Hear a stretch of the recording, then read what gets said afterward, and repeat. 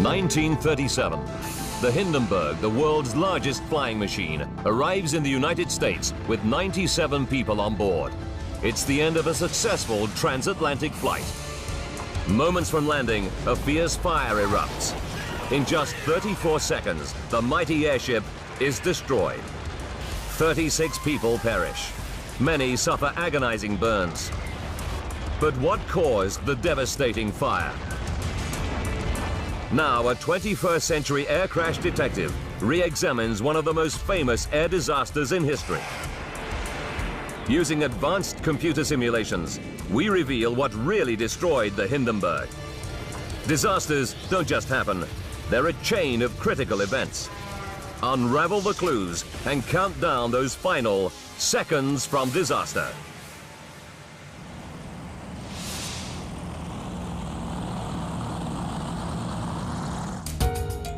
Europe, Germany, Frankfurt, May 3rd, 1937. The LZ-129 Hindenburg, the largest flying machine ever built, emerges from its hangar. Its destination, Lakehurst, New Jersey. This is no ordinary crossing. It's the launch of the world's first scheduled flight service across the Atlantic. Since rolling out of the hangar in March 1936, the airship has made a series of 62 successful trial and publicity flights. Built by the Zeppelin Company, the Hindenburg is 245 meters long, as big as an ocean liner, and stands as tall as a 13-story building. The 36 passengers boarding tonight will spend the flight on the passenger deck towards the airship's nose. Most are high-profile businessmen, but also on the passenger list is one of the first families ever to fly in the Hindenburg, Hermann and Matilda Dörner, and their 3 children, Irena, Walter, and Werner. The wealthy family live 11,000 kilometers away in Mexico and are returning from a vacation in their German homeland. For 8-year-old Werner, flying in an airship is a once-in-a-lifetime experience. The Zeppelins in general was the word of the day, and it was the fancy way to go. Airships are considered the cruise liners of the future, but for now they are the sole preserve of the seriously wealthy. A one-way ticket costs $400. That's over $5,000 in today's money. It buys the ultimate luxury travel experience. A restaurant serving cordon bleu cuisine and the finest wines. Fashionably designed lounge areas, and of course, spectacular views from the promenade deck. Werner's sister, Irena, is 14.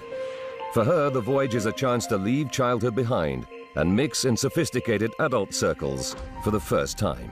It was sort of special for her. Somehow, during this trip, she grew up enough so that she asked her braids to be cut, and she had a new hairdo. And well, she was now a young lady. Down on the ground, a crowd gathers to watch the launch. For many, just seeing this massive flying machine up close is a thrilling experience. As passengers board, all their lighters and matches are confiscated, and they are expressly forbidden from straying outside the designated passenger areas. With good reason. The airship's outer skin is made of strong cotton and linen, waterproofed and tightened with a chemical paint called dope. Inside the skin are 16 gas bags, over 30 meters tall, holding nearly 200,000 cubic meters of hydrogen, a highly flammable, lighter-than-air gas that gives the airship its lift. Forward of the passenger deck, slung beneath the airship, is its nerve center, the control car. In command is Max Pruss. He's one of the company's most experienced captains with over 20 years flying experience. And he's captained the Hindenburg on 22 flights. 8:15 p.m. Right on schedule, Captain Pruss orders the ground crew to release the landing ropes. Ship off. The flight crew dumps 590 kilograms of water ballast, and the airship begins to rise. When it reaches 60 meters, the crew starts up the four 1,100 horsepower diesel-fueled propeller engines.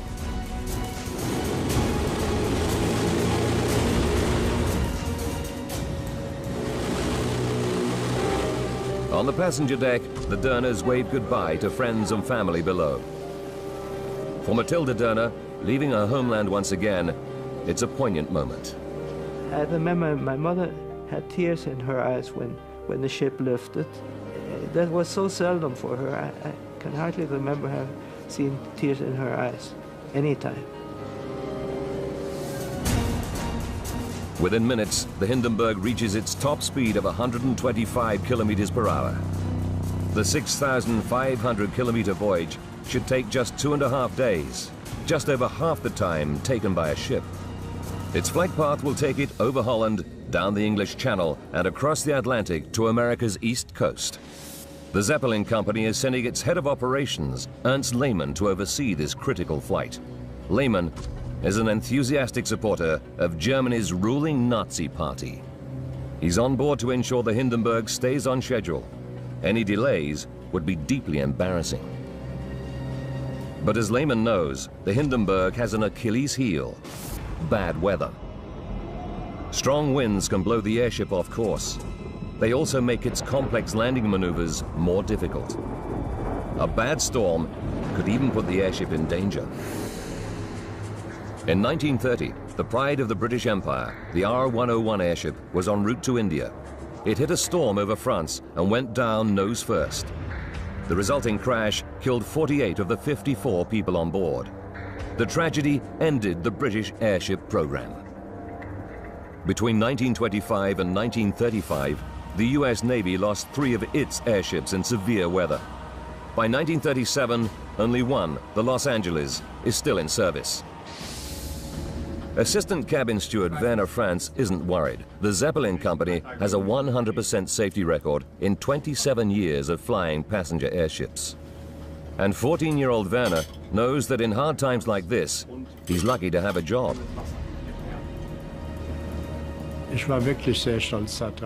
I was very proud to be part of the crew and to go on all those journeys, to see all those countries. My father was out of work at the time and we had very little money. To be part of this, it was incredible. But there's a new threat facing passengers and crew on the Hindenburg today. Under Germany's dictator, Adolf Hitler, the Nazis are rearming for war. They are also brutally suppressing all opposition at home. The Hindenburg's construction was part funded by Hitler, and it's become a powerful Nazi propaganda tool.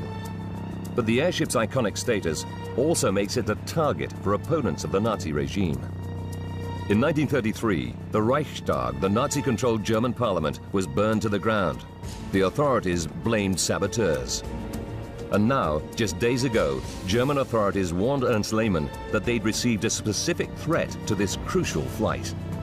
Could saboteurs, posing as innocent passengers or even crew members, be on board with a deadly mission to destroy the Hindenburg? Wednesday, May 5th, Day 3. Ernst Lehmann, Zeppelin head of operations, and Captain Pruss are worried. The Hindenburg should be making 125 kilometers per hour, but strong headwinds mean the schedule is slipping. At this rate, they'll be 12 hours late. Joseph Spar, a German living in Long Island, New York, is just a day away from a reunion with his family. He's been touring Germany with his music hall act of acrobatics and slapstick comedy. His next performance will be at Radio City Music Hall in New York. He's taking a dog home as a surprise for his children. It's spending the flight in the freight area on a lower deck. Spar needs to feed the dog regularly, but it's in a restricted area. So he's been warned that he has to be escorted by a crew member. Ernst Lehmann, Captain Pruss, and a Zeppelin Company observer are the only 3 on board aware of the sabotage threat to the Hindenburg. It's not the first time the airship has been threatened, so they treat it as a false alarm. And reassuringly, there are plainclothes intelligence officers on board, on the lookout for anyone acting suspiciously. But Captain Preuss has another problem. They're still battling against strong headwinds, so they're still 12 hours behind schedule. Arriving late is bad enough, but the return flight to Frankfurt the following night is an important one, and it's fully booked. The airship will be packed with high society passengers flying to attend the coronation of King George VI in London. It's the event of the year.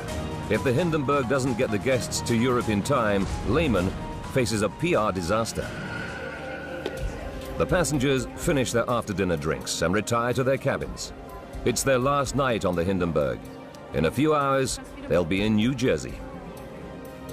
Werner Franz grabs a few hours sleep. Tomorrow he's going to be busy preparing the airship for its return trip. Thursday, May 6th, 6 a.m.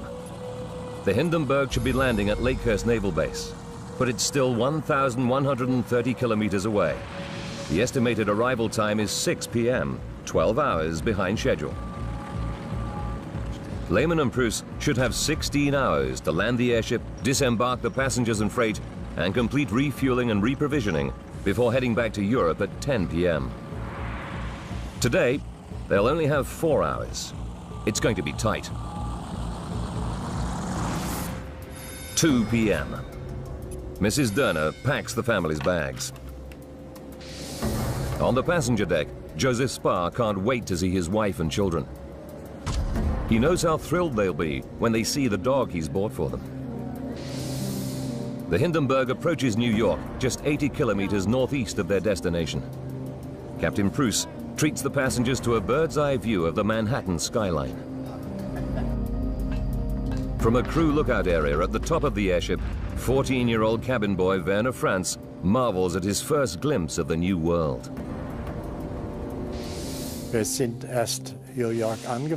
We approached New York. This sea of buildings, the Statue of Liberty, the skyscrapers, all that was something I'd never seen before. 3 p.m. The Hindenburg appears out of the clouds over the airfield at Lakehurst. Base Commander Charles Rosendahl watches the giant airship pass over the hangar. He's a veteran airship commander with 13 years flying experience, and he's worried. A thunderstorm is developing, and winds are picking up. Landing an airship is a delicate operation requiring accurate maneuvering. Attempting it in bad weather could end in disaster. Rosendahl radios Captain Preuss. He recommends delaying the landing until the conditions improve. Radio this to the Hindenburg. Very good. Preuss has no choice but to turn the airship away. He heads southwest to await a break in the weather. Preuss and Lehman know that any chance of making the 10 p.m. departure is rapidly disappearing. But first, Preuss must focus on landing the airship. 5:12 p.m. At Lakehurst, the wind eases. Commander Rosendahl radios the Hindenburg. He tells Preuss, "Conditions now suitable for landing. Ground crew is ready." Captain Preuss turns the airship back towards Lakehurst, but it encounters increasingly heavy rain, which slows its progress. The passengers make for the promenade areas for the final moments of the flight. 6:11 p.m. Captain Preuss swings the airship round to land into the wind, the safest way of landing. 6:13 p.m. Suddenly, the wind veers to the southeast. Preuss has to think fast. He can abort and go round the airfield to line up with the wind, but this will lose precious time. Captain Preuss decides to land straight away, but this means he must turn the airship into the wind fast. He orders the crew to make a sharp left turn. 6:17 p.m. Now Captain Preuss notices the ship is heavy at the rear. He must balance the airship before landing, or he risks damaging the tail. He orders over 1,000 kilograms of ballast from the ship's water tanks to be jettisoned. 6:19 p.m. Preuss orders a final sharp right turn to line up with the mast. The airship is still sloping to the rear. Preuss orders 6 crew members from their mess hall in the rear to come to the nose of the ship to add more weight at the front. 6:20 p.m. The airship finally arrives at the landing area. They slow and hover over the airfield. A crowd gathers to witness the Hindenburg's first landing in America this year. Newsreel teams record the arrival, hoping to get some exciting pictures of the airship's landing procedure. Now all that remains is for the crew to lower a cable from the nose to the mooring mast. The ground crew will then winch the Hindenburg down to the mast. Before lowering the mooring cable, crews must first drop 2 anchor ropes. These are held by the ground crew to stop the airship drifting. 6:21 p.m. The first anchor rope drops to the ground, closely followed by the second. 6:25 p.m. Suddenly, the crowds on the ground see flames appear around the fin. Then the airship's nose rears up. Tables and chairs slide backwards. Passengers tumble down. Werner Doehner feels the air turn to a furnace-like heat. Suddenly the air was on fire. In an instant, the whole thing was on fire. The world's largest flying machine is now a blazing inferno. 97 people, including the 3 Doehner children, are trapped inside the Hindenburg, 60 meters above the ground. 36 passengers are just moments from disembarking from the Hindenburg when disaster strikes. In the control car, the crew feel a massive jolt. An officer shouts, "The ship's on fire." The nose rears up over 100 meters above the ground. The fire roars through the airship. Within seconds, the Hindenburg is engulfed in flames. Werner Franz is trapped on the walkway on the lower deck. He must find a way out before the flames reach him.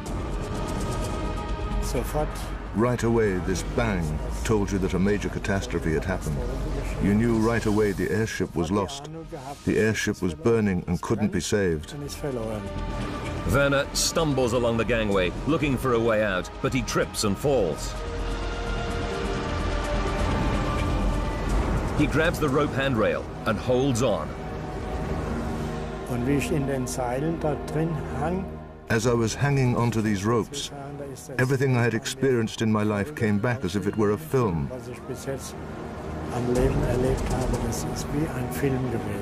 Werner sits on the gangway and kicks through the canvas. He jumps out of the blazing airship and onto the ground 5 meters below. Gripped with fear, he runs away into the arms of a fellow crew member. I lost control and started screaming, and he put me right again, saying, "What's the matter? You're all right, aren't you? Control yourself. Go and see if you can help someone." But Werner is too terrified to return into the flaming wreckage. These half-burned creatures came running past me. Nothing could persuade me to go back into the airship.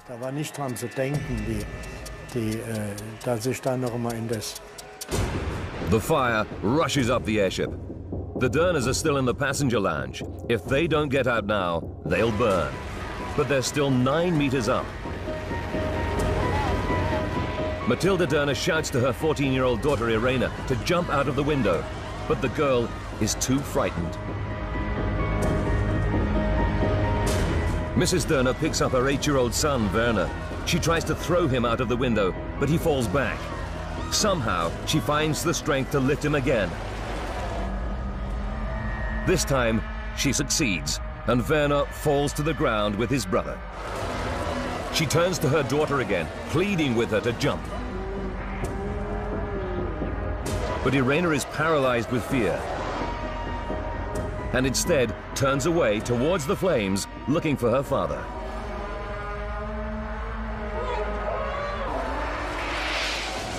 In desperation, Mrs. Doehner jumps out after her sons. Acrobat Joseph Spar also jumps from the passenger lounge. He rolls onto the grass, picks himself up, and limps away. But he's unable to rescue his dog, which perishes in the fire. 34 seconds after the first flame appears, the Hindenburg is consumed by the inferno. The wreckage crashes to the ground. It's totally destroyed. Ambulances rush survivors to hospital. Werner Dörner and his mother are severely injured. His brother Walter suffers minor burns. But his father dies inside the airship. A crewman rescues Werner's sister Irena from the burning wreckage, but she's close to death. My sister's condition was so bad that they had taken her to a different place inside the hospital, probably in intensive care. My mother very much complained about being separated from her daughter. In the morning, doctors bring Matilda Dörner news. Her daughter Irena died in the night from her burns. She was just 14 years old.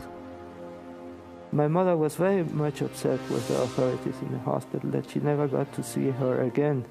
But that was probably the best thing, because she must have been in very bad shape.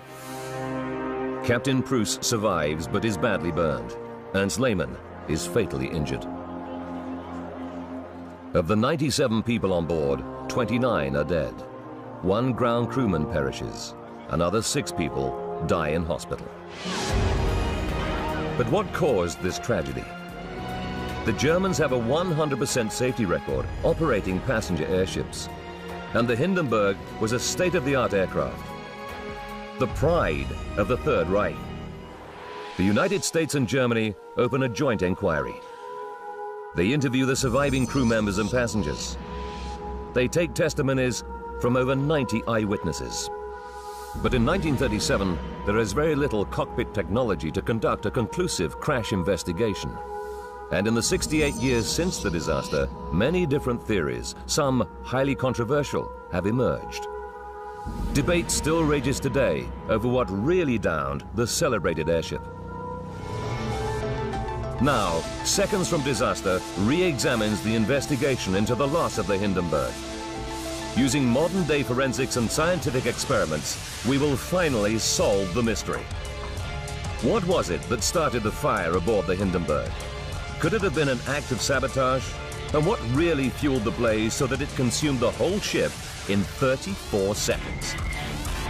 Advanced computer simulation will take us where no camera can go, into the heart of the disaster zone.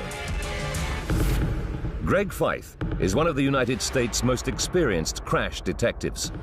He has 20 years of service with the National Transportation Safety Board. For 8 of those, he was the investigator in charge of the team that attends every major crash site in America, known as the GO team. He's worked on some of the world's most complex and baffling air crashes.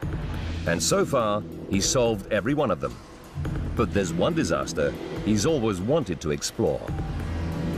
The Hindenburg mystery has intrigued me just because you had this magnificent flying machine that fell into a major disaster, a very cataclysmic disaster, and nobody really had an idea of what caused it. But Feith brings a modern crash investigator's expertise and forensic skills to the disaster. He must keep an open mind as he investigates every possible reason for the crash. In any major explosion in a modern aircraft, all eyes immediately turn to terrorism. Anytime you have an in-flight fire, you have to think the worst. You have to try and determine what led to that in-flight fire. You go to the extreme, and the extreme is sabotage. Feith learns that the Hindenburg received many sabotage threats in its 1 year of operations. But who would want to destroy it? Rick Zitarosa is vice president of the Lakehurst Historical Society and a specialist in the Hindenburg era. As the Nazi regime became increasingly unpopular throughout the world, it was also going to face a new set of security concerns. And there were heightened fears that perhaps an act of sabotage could be carried out against the airship. Greg Feith examines the original report for evidence of sabotage warnings. He finds that Ernst Lehmann received intelligence from the German authorities warning of a specific threat. But who had a motive? Hitler and his Nazi party had many enemies in Germany. They carried out a brutal policy of repression against Jewish people, socialists, communists, and outspoken writers. Any one of these people might have been happy to see the Hindenburg destroyed. Feith checks the official reports and finds the one passenger who could have had the opportunity to destroy the Hindenburg: Joseph Spar. After the crash, Spar comes under intense scrutiny. He lives in America with his wife and family, but he is German. And for the last few months, he's been traveling all over Europe. This is just the sort of background that rings alarm bells with German intelligence. According to the FBI report, Joseph Spar did act suspiciously. In fact, Spar accessed high-security areas where no passengers were allowed, apparently to visit his dog. The fact that Spar is an acrobat with great agility means he could easily climb in and around the Hindenburg's narrow passageways. Could Spar have used his dog as a cover to plant a bomb? Was this music hall clown really a ruthless terrorist, responsible for the destruction of the Hindenburg and the deaths of 36 people? Air crash investigator Greg Feith is trying to get to the bottom of one of aviation's great mysteries. Why did the Hindenburg airship burst into flames and crash at Lakehurst Naval Base in 1937? Many of the crew and officers of the Hindenburg were convinced the cause was sabotage. Feith wants to see if the theory stands up. He finds an intriguing statement in the report about one of the passengers. Acrobat Joseph Spar did disappear into unauthorized areas where the fuel tanks were kept on several occasions on his own. He told the crew he was going to check on his dog. Could he actually have been looking for somewhere to plant a bomb? Feith knows that the FBI investigated Spar and was unable to find any motive. But he wants to put Spar's actions aboard the airship under the microscope himself. He studies the film footage. He reads eyewitness reports. They state that the fire started at the top of the airship near the vertical fin. For Spar to reach this area, he would have to climb up a 30-meter shaft. Even with his acrobatic agility, this would take several minutes. And he would have to somehow avoid being challenged by the many crewmen patrolling this area. And if he were caught, he could hardly claim to be feeding his dog when it was stored in the freight area at the foot of the airship. Why would he have taken so many risks when he had ample opportunity to plant a bomb here, which would have had just as deadly an effect? Feith decides it's too far-fetched and rules Spar out as the potential saboteur. So, if it's not a terrorist act, what else could set the airship on fire? The joint reports state that a spark ignites leaking hydrogen that consumes the airship in 34 seconds. Hydrogen certainly seems the obvious culprit. It's highly flammable when mixed with air, and the Hindenburg had 16 gas cells with a total of 200,000 cubic meters of hydrogen. But in nearly 70 years since the accident, many experts have cast doubt on the idea that hydrogen was the fatal accelerant in the fire. The Germans were aware of the dangers of hydrogen, so they took every possible precaution. All passenger cigarette lighters and matches are confiscated at the start of the voyage as a fire precaution. And hydrogen can only ignite when mixed with air. Feith shifts his attention to some recent theories. Some experts claim that leaking diesel fuel caught fire first, and only then hydrogen once the fire had spread. Feith studies the Hindenburg blueprints. There are 88,000 liters of diesel stored in tanks at the bottom of the airship. The fuel lines run from the tanks to the 4 exterior mounted engines. Could there have been a fuel leak in one of these lines? Looking back through the Hindenburg's flying history, he comes across a statement made by an American observer. Harold Dick, an engineer working for the US airship company Goodyear, was invited by the Germans to attend the trial flights in 1936. On one of these, he noticed a strong smell of diesel in the keel, or bottom of the airship. Greg Feith finds that on a later flight, Dick notes that the main fuel lines do not seem to be particularly tight. This fuel leak theory now looks attractive to Feith, but he needs to know if there was a fuel leak, what ignited it. The most likely cause would be a short circuit in the electrical cables, creating a spark. But Feith isn't convinced that a spark would ignite diesel. He knows that diesel has a high flash point. It must reach nearly 65 degrees Celsius before it'll catch fire. If there were a diesel leak, it would have to be heated up to that point before a spark could ignite it. Fythe studies the airship plans to see if there is any point where diesel comes into contact with a heat source.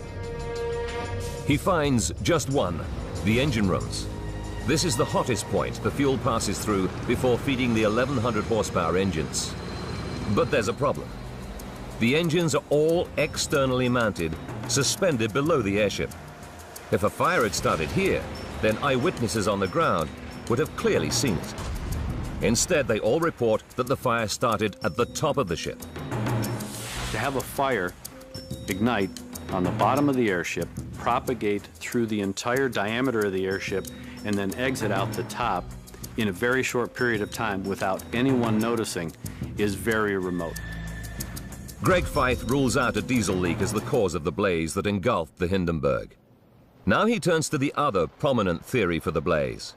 Not something inside the ship, but its outer skin. The outer covering is a cotton linen material painted with a chemical known as dope that waterproofs the airship and protects the gas bags from the heat of the sun's rays.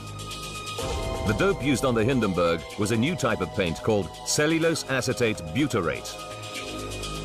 This dope is more flammable than previous paints. The paint theory states that somehow the skin of the airship caught fire. The Hindenburg burned fast. The footage reveals that the fire swept through the entire airship in just 34 seconds. Would the doped outer cover really be so flammable? When you look at the fabric that was used to cover the Hindenburg, it's a cotton linen material. So on its own, of course, it's flammable. But it was impregnated with this doping material. And while it too has some flammable capability or characteristics to it, can it burn that fast is the big question. Fythe decides to conduct an experiment to test the paint theory. He prepares a sample of the outer cover. It's made from exactly the same type of linen cotton material. The cloth is doped with a mixture of iron oxide powder and aluminium powder, just like the skin of the Hindenburg. If the material is the accelerant, this experiment will prove it. For safety, the test is done outside. If there's any wind, it's likely to push the flame in one direction faster than the other. So to compensate for this, he uses 2 stopwatches to time the burn. Go. As soon as the flame reaches the edge of the inner circle, he starts the clocks. When the flames reach the outer edge, he stops the clocks. 1 minute for the wind-assisted side, and 1 minute and 8 seconds for the flame to travel against the wind. Both much too slow. The Hindenburg, all 245 meters, burns in 34 seconds. At the burn rate Fythe's timed, the Hindenburg would have taken 40 hours to be destroyed. Greg Fythe concludes the outer skin cannot be the fatal accelerant. So what did burn the Hindenburg? Was the original report right after all? Was it the hydrogen? From the investigative standpoint, you have to wonder what can burn that quickly and literally take an 800-foot tube and destroy it in a matter of seconds. Fythe commissions Professor Nick Syred, a mechanical engineer with 30 years' experience specializing in combustion rates, to calculate if it was hydrogen that burned the Hindenburg. The airship was 245 meters long. Professor Syred knows from scientific study that hydrogen can burn at a rate of 9 meters per second. I made calculations of the flame speed of hydrogen, and it's perfectly consistent then within about 30 seconds or so that a flame can engulf the whole of the Hindenburg. There is nothing else on the airship which can burn that quickly and cause the Hindenburg to be destroyed in the same period of time. Greg Fythe concludes that hydrogen is the fatal accelerant for the fire that tore through the Hindenburg, consuming it in 34 seconds. But the hydrogen would have had to escape to mix with air before it could become flammable. Trawling through the witness testimonies, he finds something that could suggest a hydrogen leak. Eyewitnesses on the ground notice a fluttering at the top of the airship near the vertical fin just before the fire starts. Could they be seeing escaped hydrogen pushing against the outer envelope? The original report concluded this may have been the case. But Feith wants to find out how the hydrogen could leak out. He studies the composition of the gas cells. They're made of a special plastic film sandwiched between two layers of thick cotton. It would take considerable force to rupture these cells. Is there anything on the airship capable of causing such damage? Next, Feith focuses on the Hindenburg's bracing wires. Thousands of cables that are vital to the overall strength of the machine. There are over 200 kilometers of wire bracing the airframe. They're each about 3 millimeters thick, made of steel similar to piano wire, with a braking stress of 450 kilograms. Is it possible for one of these wires to snap? He checks the maintenance records and finds out that bracing wires have snapped on airships in the past. Feith examines the Hindenburg's final journey to find out if anything could have put the airship under structural stress. He first checks the weather conditions. The airship battled strong headwinds all the way across the Atlantic, but according to the flying logs, it had flown through worse conditions in the past. But examining the last moments of the flight, Feith finds a critical clue. Shortly before the fire, the Hindenburg makes its final approach. Then, suddenly, the wind changes direction, and Captain Pruss orders the crew to make a sharp left turn. Finally, Pruss orders another sharp turn, this time to the right, to line up with the mooring mast. But would these tight turns snap a bracing wire? Feith checks the design plans and finds that the Hindenburg wasn't designed to make sharp turns. As the airship turns, it generates sideways pressure on the tail fin. The Hindenburg is 245 meters long. If it turns too sharply, it could put too much stress on the airframe. A bracing wire could snap under this kind of tension. In a tight turn, the greatest stress on the airship is just forward of the tail fin. And Feith knows from eyewitness reports that this is where the fire probably started. If a wire did snap, the whiplash effect would be so violent it could slash through the gas bag's protective covering. And Feith also realizes that the airship may have been leaning to the rear as a result of hydrogen leaking from a cell. They did have some support tension wires that had broken in the past, and because the captain was making very hard turns left and right, it could have caused one of those tension straps to break, sliced a hole in that gas bag to allow the hydrogen to leak out. Greg Feith concludes that a snapped bracing wire caused the fatal leak of hydrogen. But this doesn't explain what could have ignited the escaping hydrogen. He studies the weather conditions at the time of the accident. The report states there was light rain over the airfield. A thunderstorm had recently passed by. There was lightning still visible to the south of Lakehurst. Although no one saw lightning strike the airship, these conditions create a highly charged electrical atmosphere. Could this have somehow caused the critical spark? It was well understood at the time that as an airship passes through the air, it gathers tens of thousands of volts of static electricity, just like a party balloon being rubbed on a sweater. The effect is increased in thundery conditions. While it remains aloft, the ship is in no danger, since the entire machine, the aluminium skeleton and the outer skin are all at the same level of charge. But all that changes when one part of the ship touches the ground. And Feith can see from the film footage exactly how that happened. In the final stages of landing, the crew drop the first mooring ropes. The rain makes the ropes wet, and once they're wet, the charge from the airship's metal frame now rapidly flows through the ropes to the ground. Instantly, the airframe voltage falls to zero. But the airship's outer cover is made of a linen-cotton mixture that does not conduct electricity so easily, and it remains at high voltage, the perfect conditions for generating a spark between the skin and the frame. Greg Feith now knows how the spark that ignited the hydrogen was generated. He can now unravel what happened aboard the Hindenburg in those final, fateful seconds from disaster. 14 minutes before the fire, the Hindenburg begins its final approach. Static electricity builds up on the ship, spread evenly throughout the structure. 11 minutes to go. Without warning, the wind changes direction. Instead of going around the airfield in a wide sweep, Captain Pruss, anxious to land the airship as soon as possible, makes a sharp left turn. Stressed by this sudden maneuver, somewhere near gas cell 4, a bracing wire snaps. The gas cell ruptures and hydrogen begins to leak out. 8 minutes before the catastrophe, Captain Pruss notices that the ship is tail heavy. He orders the crew to dump water to balance the ship. Then Pruss orders another sharp turn, this time to the right, to line up with the mooring mast. The ship is still tail heavy. Captain Pruss orders 6 crew members to walk to the nose to try to counterbalance the sloping tail.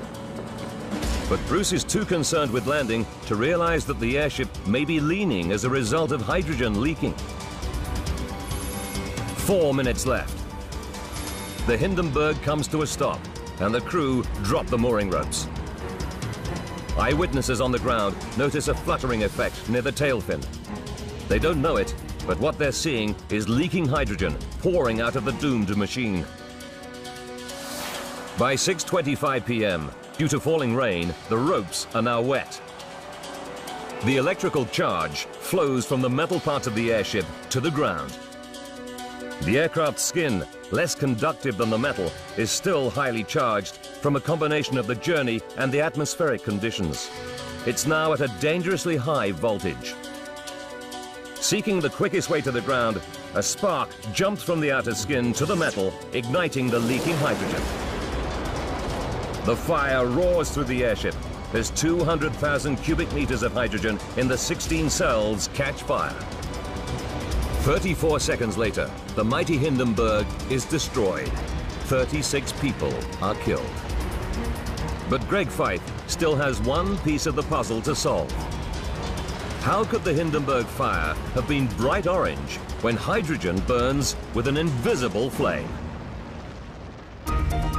Greg Feith has concluded that the Hindenburg was destroyed after a spark caused by the thunderstorm conditions in the atmosphere ignited leaking hydrogen. But he still has one question. He knows that hydrogen burns with an invisible flame. And yet eyewitnesses stated that the Hindenburg burned with a bright orange glow. How could hydrogen burn this way? On the airship. Feith sets up another experiment. He sets light to a stream of hydrogen. There's no visible flame. But as soon as he places some cloth in the hydrogen flame, the fire is visible. Hydrogen burns clear. That's not what the folks saw when they were observing the actual fire. The fire that they saw was the material, that covering material that finally ignited and burned. Going through the papers, Greg Feith realizes the tragedy could have been averted. He finds that the Zeppelin company had strict regulations governing landing procedures. In fact, in their training, crews were warned against landing in thunderstorm conditions. He learns that Dr. Eckener, the chairman of the company, blamed Captain Pruss and Ernst Lehmann for the accident. Dr. Eckener felt very much that it was pilot error. When he learned of the landing conditions, he was appalled and he was infuriated. He unequivocally held that the landing never should have been carried out as it was under those conditions. But Pruss is under pressure to land as fast as possible to try and make up time on the schedule. He also has Ernst Lehmann, Zeppelin's director of operations, in the control car with him. He too is anxious to keep to the schedule. Instead of aborting the landing and waiting for better weather, they try to land in dangerous atmospheric conditions. Lehmann most definitely did influence Pruss in his decisions regarding the flight, which of course was increasingly held up by headwinds and then the delayed landing. The Hindenburg disaster spells the end of the commercial airship age. Germany grounds her other passenger airship, the Graf Zeppelin, until they can use the non-flammable helium as a lifting gas. But with Europe on the brink of war, the United States, the only country with helium supplies, refuses to sell the gas to Germany. And when war does break out, the Nazis cancel the airship program completely. But valuable lessons are learned from the disaster. Hydrogen has never been used again to lift passenger airships. Today, all airships are filled with helium. Directly after the Hindenburg crash, the Zeppelin company designed a Thunder car. This machine, located at their Frankfurt airfield, measures the electrical activity in the atmosphere. It's a breakthrough in collecting accurate data on thunderstorm conditions. And today, understanding of weather is at the forefront of all aviation safety. Nearly 70 years later, there are just 2 known remaining survivors from the tragedy. Cabin boy Werner Franz is now 83 years old. After the crash, he trained as an engineer, but the memories of that day stayed with him. It took quite some time to calm down again. Those impressions stayed with me for a long time. I did suffer from it for a long time, to have been confronted with this. Werner Dörner returned to Mexico with his family. Now aged 75, he lives in the United States. Although he lost his father and sister, he believes the crash had a positive effect on him. I wonder what my life would have been without it. I was a spoiled brat. It made me probably a better person than what I would have been without it. The Hindenburg is still the largest flying machine ever built. Today's air travelers may fly across the Atlantic in a few hours, but the luxury and style the Hindenburg passengers experienced will probably never be surpassed.